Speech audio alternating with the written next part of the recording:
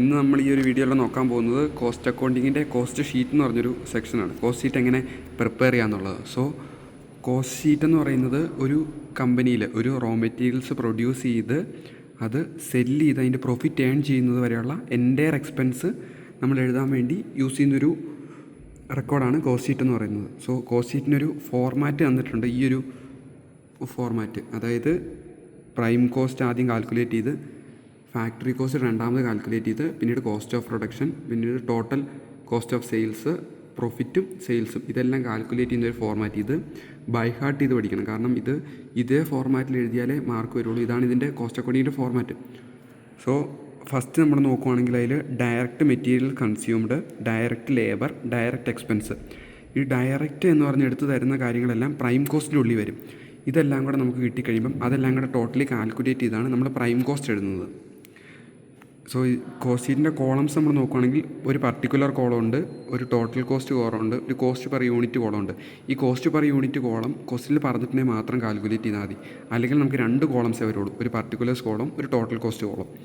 ഇതിൽ ഫസ്റ്റ് നമ്മൾ കാൽക്കുലേറ്റ് ചെയ്യുന്നത് പ്രൈം കോസ്റ്റാണ്. പ്രൈം കോസ്റ്റ് കാൽക്കുലേറ്റ് ചെയ്യാൻ ഡയറക്റ്റ് മെറ്റീരിയലും ഡയറക്റ്റ് ലേബറും ഡയറക്റ്റ് എക്സ്പെൻസും ഇത് മൂന്നും കൂടെ ആഡ് ചെയ്യും. അപ്പോൾ നമുക്കൊരു എമൗണ്ട് കിട്ടും. ഈ ഒരു ക്വസ്റ്റ്യനിൽ നമ്മൾ നോക്കിക്കഴിഞ്ഞ് കഴിഞ്ഞാൽ ഇതിൽ ഡയറക്റ്റ് മെറ്റീരിയൽസ് 75,000 തന്നിട്ടുണ്ട്, ഡയറക്റ്റ് വേജസ് 1,20,000 തന്നിട്ടുണ്ട്, ഡയറക്റ്റ് എക്സ്പെൻസ് 30,000 തന്നിട്ടുണ്ട്. അത് മൂന്നും കൂടെ കൂട്ടിയിട്ടാണ് നമുക്ക് ആദ്യത്തെ സെക്ഷനായ പ്രൈം കോസ്റ്റ് കിട്ടുന്നത്. Prime cost 2,25,000. ഇനി അതിൻ്റെ കൂടെ നമ്മൾ അടുത്ത സെക്ഷനായിട്ട് ഫാക്ടറി ഓവർ ഹെഡ് കൂട്ടും. ഫാക്ടറി ഓവർ ഹെഡ് ഡയറക്റ്റായിട്ട് ക്വസ്റ്റ്യനിൽ ഒരു എമൗണ്ട് തരും. ഇനി അഥവാ തന്നിട്ടില്ലെങ്കിൽ ഫാക്ടറി ഓവർ ഹെഡിൻ്റെ സബ് ഹെഡിങ്സ് ആയിട്ടുള്ള അതായത് ഫാക്ടറി ലൈറ്റനിങ്, ഫാക്ടറി വേജസ്, അതൊക്കെ ഫാക്ടറി എന്ന് പറഞ്ഞായിരിക്കും തുടങ്ങുന്നത്. അതെല്ലാം കൂടെ ഫാക്ടറി എക്സ്പെൻസ് എല്ലാം കൂടെ ഫാക്ടറി ഓവർ ഹെഡിൻ്റെ കൂടെ കൂട്ടുക.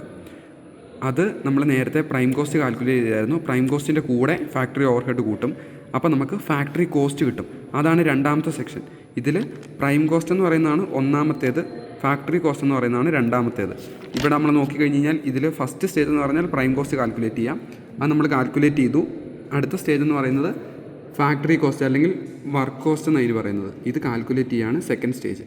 ഇനി തേർഡ് സ്റ്റേജ് എന്ന് പറഞ്ഞു കഴിഞ്ഞാൽ ഓഫീസ് എക്സ്പെൻസ്. നമ്മൾ നേരത്തെ ഫാക്ടറി എക്സ്പെൻസും കൂട്ടി, അതിന് മുന്നേ ഡയറക്റ്റ് എക്സ്പെൻസും കൂട്ടി. ഇനി ഈ കിട്ടിയ ടോട്ടലിൻ്റെ കൂടെ ഓഫീസ് എക്സ്പെൻസ് കൂട്ടണം. ഈ ഒരു ഫോർമാറ്റ് ഇതേപോലെ തന്നെ എഴുതണം. ഓഫീസ് എക്സ്പെൻസ് മൂന്നാമത് ആഡ് ചെയ്യണം. അപ്പോൾ അത് ആഡ് ചെയ്ത് കഴിയുമ്പോൾ നമുക്കൊരു ടോട്ടൽ കിട്ടും. ആ ടോട്ടലിന് പറയുന്നതാണ് കോസ്റ്റ് ഓഫ് പ്രൊഡക്ഷൻ. നമ്മൾ ഈ അപ്പുറത്തെ എക്സാമ്പിൾ നോക്കി കഴിഞ്ഞ് കഴിഞ്ഞാൽ office and administrative expense over head എന്ന് പറഞ്ഞ് കറക്റ്റ് ക്വസ്റ്റ്യനിൽ ഒരു 50,000 തന്നിട്ടുണ്ടായിരുന്നു. ഇതാണ് ക്വസ്റ്റ്യനിൽ നമുക്ക് കാണാം ഓഫീസ് ഓവർ ഹെഡ് 50,000 തന്നിട്ടുണ്ട്, ഡയറക്റ്റ് എക്സ്പെൻസ് തന്നിട്ടുണ്ട്, ഫാക്ടറി ഓവർ ഹെഡ് കാര്യങ്ങളെല്ലാം ഡയറക്റ്റായിട്ട് ക്വസ്റ്റ്യനിൽ തന്നിട്ടുണ്ട്. ഡയറക്റ്റായിട്ട് ക്വസ്റ്റ്യനിൽ തന്നിട്ടുണ്ടെങ്കിൽ മാത്രം നമ്മൾ എഴുതിയാൽ മതി. ക്വസ്റ്റ്യനിൽ ചിലപ്പോൾ ഇനി ഓഫീസ് എക്സ്പെൻസ് ഒക്കെ ഇൻഡയറക്റ്റ് ആയിരിക്കും തന്നിരിക്കുന്നത്. Office salary, office wages, office maintenance, അങ്ങനെയൊക്കെ പറഞ്ഞ് ഓഫീസ് എക്സ്പെൻസ് ഇൻഡയറക്റ്റാണ് തന്നേക്കുന്നതെങ്കിൽ നമ്മൾ അതും എടുത്തെഴുതണം.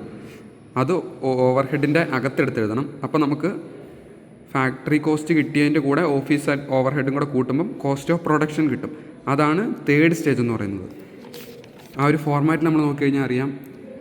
സെക്കൻഡ് സ്റ്റേജ് വർക്ക് കോസ്റ്റ് നമ്മൾ കാൽക്കുലേറ്റ് ചെയ്തു, തേർഡ് സ്റ്റേജ് കോസ്റ്റ് ഓഫ് പ്രൊഡക്ഷനും കാൽക്കുലേറ്റ് ചെയ്തു. അതിൻ്റെ കൂടെ selling and distribution over head add ചെയ്യണം. സെല്ലിംഗ് ആൻഡ് ഡിസ്ട്രിബ്യൂഷൻ ഓവർ ഹെഡും ക്വസ്റ്റ്യനിൽ തരും, ഡയറക്റ്റായിട്ട് തന്നെ തരും. സെല്ലിംഗ് ആൻഡ് ഡിസ്ട്രിബ്യൂഷൻ ഓവർ ഹെഡ് ഇത്രയാണെന്ന് പറഞ്ഞ് അത് ജസ്റ്റ് കണ്ടുപിടിക്കുക, എടുത്തെഴുതുക. ആ ഒരു പരിപാടി മാത്രമേ ഉള്ളൂ. എടുത്തെഴുതി കഴിയുമ്പോൾ നമുക്ക് അതും വീണ്ടും ടോട്ടൽ ചെയ്യാം. അപ്പം ഫോർത്ത് സ്റ്റേജ് ആയിട്ടുള്ള ടോട്ടൽ കോസ്റ്റ് ഓഫ് സെയിൽസ് കിട്ടി. ഇതുവരെയുള്ളത് സാധാ എടുത്തെഴുതി ആഡ് ചെയ്യുന്ന പരിപാടി മാത്രമേ ഉള്ളൂ. ഈ ടോട്ടൽ കോസ്റ്റ് ഓഫ് സെയിൽസും നമുക്ക് കിട്ടിക്കഴിയുമ്പം ക്വസ്റ്റ്യനിൽ സെയിൽസ് ഇത്രയാണ് തന്നിട്ടുണ്ട്. അതായത് ഈ ഒരു സാധനം സെയിൽസ് ഇത്രയാണ് എന്ന് പറഞ്ഞ് തന്നിട്ടുണ്ട്. സെയിൽസ് തന്നിട്ടുണ്ട്, ടോട്ടൽ കോസ്റ്റ് ഓഫ് സെയിൽസ് തന്നിട്ടുണ്ട്. പ്രോഫിറ്റ് നമുക്ക് തരില്ല. ഈ പ്രോഫിറ്റാണ് നമ്മൾ കാൽക്കുലേറ്റ് ചെയ്യേണ്ടത്. അത് കാൽക്കുലേറ്റ് ചെയ്യാൻ വേണ്ടി സെയിൽസിൽ നിന്ന് total cost of sales minus ചെയ്യണം. അതായത് ഇത് എ ആണെങ്കിൽ ഇത് ബി ആയിട്ട് നമ്മൾ എടുത്തു കഴിഞ്ഞ് കഴിഞ്ഞാൽ പ്രോഫിറ്റ് എന്ന് പറയുന്നത് എ മൈനസ് ബി ആണ്. അതായത് ഒരു ലോജിക് സെൻസിൽ നമ്മൾ എടുത്തു കഴിഞ്ഞാൽ സെയിൽസ് എന്ന് പറഞ്ഞാൽ നമ്മൾ എത്ര രൂപയ്ക്ക് വിറ്റു, കോസ്റ്റ് ഓഫ് സെയിൽസ് എന്ന് പറഞ്ഞു കഴിഞ്ഞാൽ വിൽക്കാൻ നമുക്ക് എത്ര രൂപ ചിലവായി.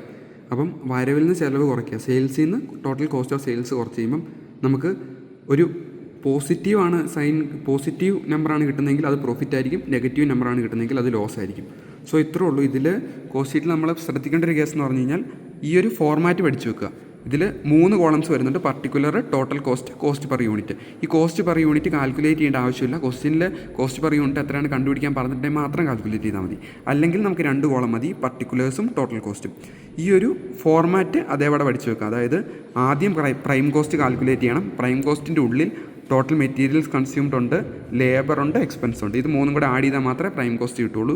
പ്രൈം കോസ്റ്റിൻ്റെ കൂടെ ഫാക്ടറി ഓവർ ഹെഡ് ആഡ് ചെയ്യുക. അപ്പോൾ നമുക്ക് ഫാക്ടറി കോസ്റ്റ് അല്ലെങ്കിൽ വർക്ക് കോസ്റ്റ് കിട്ടും. അതിൻ്റെ കൂടെ office and administration over head add ചെയ്യുക. അപ്പോൾ കോസ്റ്റ് ഓഫ് പ്രൊഡക്ഷൻ കിട്ടും. അതിൻ്റെ കൂടെ സെല്ലിംഗ് ഓവർ ഹെഡ് ആഡ് ചെയ്യുക. അപ്പോൾ ടോട്ടൽ കോസ്റ്റ് ഓഫ് സെയിൽസ് കിട്ടും. ടോട്ടൽ കോസ്റ്റ് ഓഫ് സെയിൽസ് കിട്ടി. ഈ സെയിൽസ് എന്ന് പറയുന്നത് ക്വസ്റ്റ്യനിൽ തന്നിട്ടുമുണ്ട്. സോ ഇതും തമ്മിലുള്ള ഡിഫറൻസ് ആണ് പ്രോഫിറ്റ് ആൻഡ് ലോസ് എന്ന് പറഞ്ഞ് നമ്മൾ എഴുതുന്നത്. സോ ഇത്രേ ഉള്ളൂ കോസ്റ്റ് ഷീറ്റിൽ മേജറായിട്ട് വരുന്നത്.